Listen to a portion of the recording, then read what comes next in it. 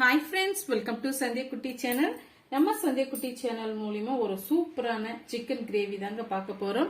அதுக்கு பாத்தீங்கன்னா நான் 1.5 கிலோ அளவுக்கு சிக்கன் பீஸ்களை இது போல நல்லா வாஷ் பண்ணிட்டு 2-3 முறை வாஷ் பண்ணிட்டு எடுத்து வச்சிருக்கேன். தண்ணிகள் இல்லாம எடுத்து வச்சிருக்கேன். இப்ப இதுக்கு தேவையான பொருட்கள் என்னென்ன சேர்க்குதுன்னு சொல்லிட்டு நம்ம பார்க்கலாங்க. இப்ப சுவைக்கு ஏற்ப நம்ம மிளகாய் தூள் வந்து சேர்த்துக்கலாம். நான் வந்து 1 டீஸ்பூன் அளவுக்கு மிளகாய் தூள் சேர்த்துக்கிறேன். இது சாம்பார் மிளகாய் தூள் தான். தேவைக்கு ஏற்ப உப்பு சேர்த்துக்கலாங்க. நம்ம இதுக்கு பிறகு நம்ம உப்பு சேர்க்க போறதில்ல. இந்த அளவுக்கு நம்ம உப்பு சேர்த்துக்கிறோம். 2 டீஸ்பூன் அளவுக்கு இஞ்சி பூண்டு பேஸ்ட். இது கூடவே ஒரு 2 பிஞ்ச் அளவுக்கு மஞ்சத்தூள், 2 டேபிள் ஸ்பூன் அளவுக்கு தனியா தூள். இது சின்ன டீஸ்பூன் இருக்கனால நான் 4 டீஸ்பூன் அளவுக்கு நான் சேர்த்துக்கிறேங்க.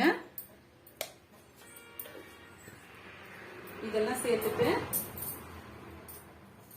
கொஞ்சமா கருவேப்பிலை சேர்த்துக்கலாம். பொடிய நறுக்கின கொத்தமல்லி இலை. இது கூடவே ஒரு 50 ml அளவுக்கு தயிர் சேர்த்து விட்டுக்கலாங்க. பாருங்க, இந்த அளவுக்கு சேர்த்து விட்டுக்குனா போதும்.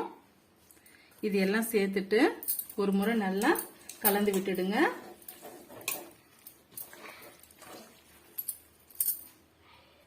பாருங்க, இந்த அளவுக்கு பிசைஞ்சு விட்டு பிறகு ஒரு 10 நிமிஷம் ஊறி வரட்டும். அதுக்குள்ளார இதுக்கு தேவையான மசாலா நம்ம ரெடி பண்ணிடலாம். அது என்ன மசாலான்ட்டு பார்க்கலாங்க. இப்ப அதுக்கு ஒரு கடாய் ஒன்று வச்சுக்கலாங்க. 1 டீஸ்பூன் அளவுக்கு ஆயில் சேர்த்துக்கலாம். பாருங்க, இந்த அளவுக்கு சேர்த்துக்கிட்டாலே போதும். இப்ப இது கூட என்னென்ன பொருட்கள் நம்ம சேர்க்குதுன்னு பார்க்கலாங்க. 1 டீஸ்பூன் அளவுக்கு சோம்பு, 1/2 டீஸ்பூன் அளவுக்கு மிளகு, 1/2 டீஸ்பூன் அளவுக்கு சீரகம். இப்ப ஒரு அன்னாச்சி பூ பாதி அன்னாச்சி பூ எடுத்து வச்சிருக்கேன். 4 கிராம்பு, 4 ஏலக்காய் எடுத்து வச்சிருக்கேங்க. ஒரு துண்டு பட்டையை 2 உடைச்சி வச்சிருக்கேன். இப்ப இது எல்லாமே இதோட சேர்த்து விட்டுடலாம். சேர்த்துட்டு இது கூட ஒரு கைப்பிடி அளவுக்கு தேங்காய் துருவல் எடுத்து வச்சிருக்கேங்க. அதையுமே இதோட சேர்த்து விட்டுடலாம். லைட்டா ஒரு 2 நிமிஷத்துக்கு வதக்கி எடுத்துக்கிட்டாலே போதும். இந்த தேங்காய் முழுமையா கலர் சேஞ்ச் ஆயிட்டு வரணுங்க. அது வரைக்கும் நம்ம வறுத்து விட்டுக்கலாம்.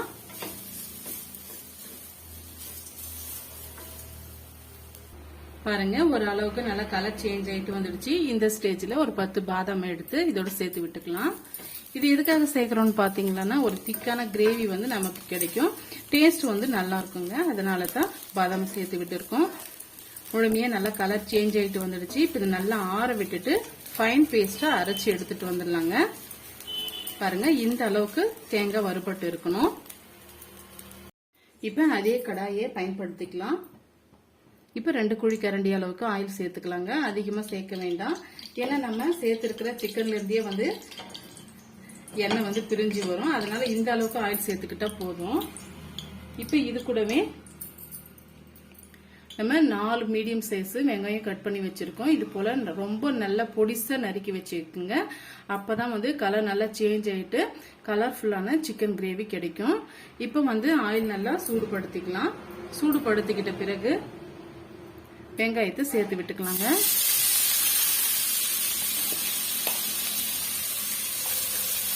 சேர்த்துட்டு வெங்காயம் நல்லா முழுமையா வதங்கி வரட்டும். இந்த ஸ்டேஜ்ல 2 பச்சை மிளகாய் ஆட் பண்ணிக்கலாங்க.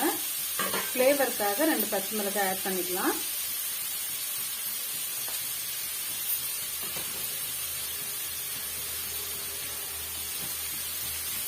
சேர்த்துட்டு இதையுமே நல்லா வதக்கி விட்டுடலாங்க. பாருங்க, வெங்காயம் நல்லா கலர் சேஞ்ச் ஆயிட்டு வந்துடுச்சு. இந்த ஸ்டேஜ்ல 2 மீடியம் சைஸ் தக்காளி பழம் கட் பண்ணி வச்சிருக்கேன். சேர்த்துக்கலாம். ஒரு கொத்து கருவேப்பிலை சேர்த்து விட்டுக்கலாம். சேர்த்துட்டு இந்த தக்காளி பழம் ஓரளவுக்கு மசிகிற வரைக்கும் இதை நம்ம வதக்கி விட்டுக்கலாங்க.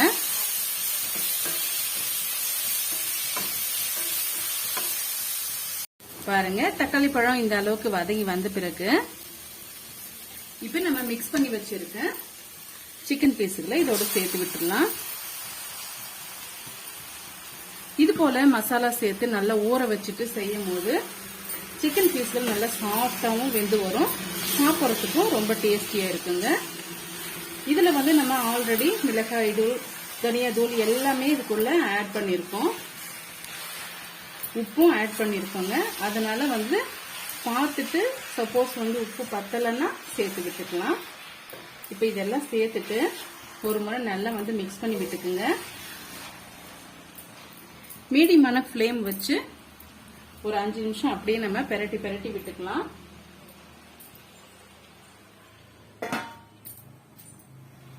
பாருங்க ஒரு 8 நிமிஷம் பக்கம் ஆயிடுச்சு. இப்போ வந்து ஓபன் பண்ணி பார்க்கலாம்.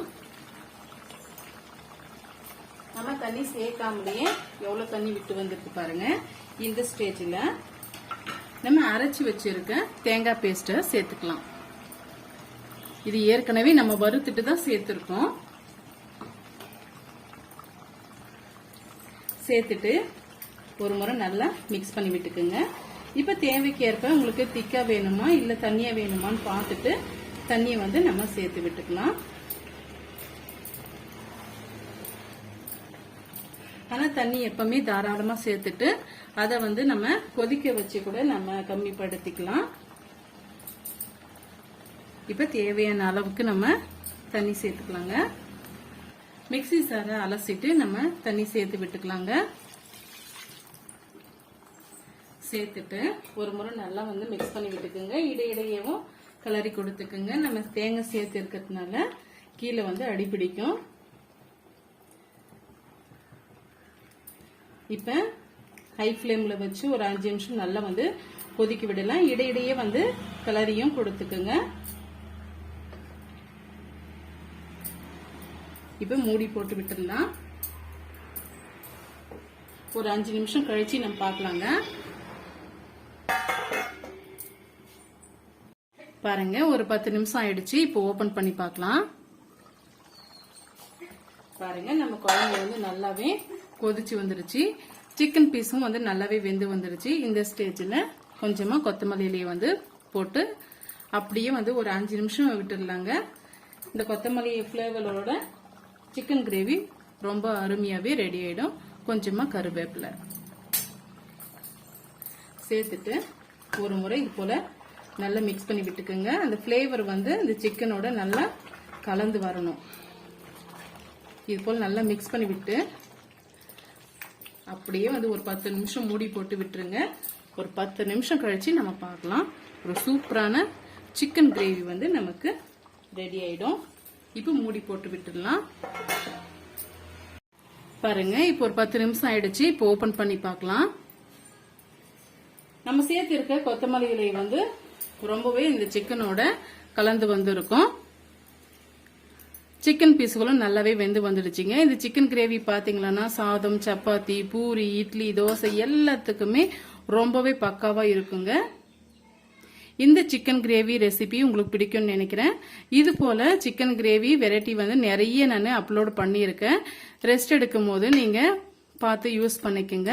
இந்த சிக்கன் கிரேவி ரெசிபி உங்களுக்கு பிடிச்சிருந்தா மறக்காம சந்திக்குட்டி சேனலுக்கு சப்ஸ்கிரைப் பண்ணுங்க, லைக் பண்ணுங்க, ஃப்ரெண்ட்ஸ் அண்ட் ஃபேமிலியோட நிறைய ஷேர் பண்ணுங்க. தேங்க்யூ.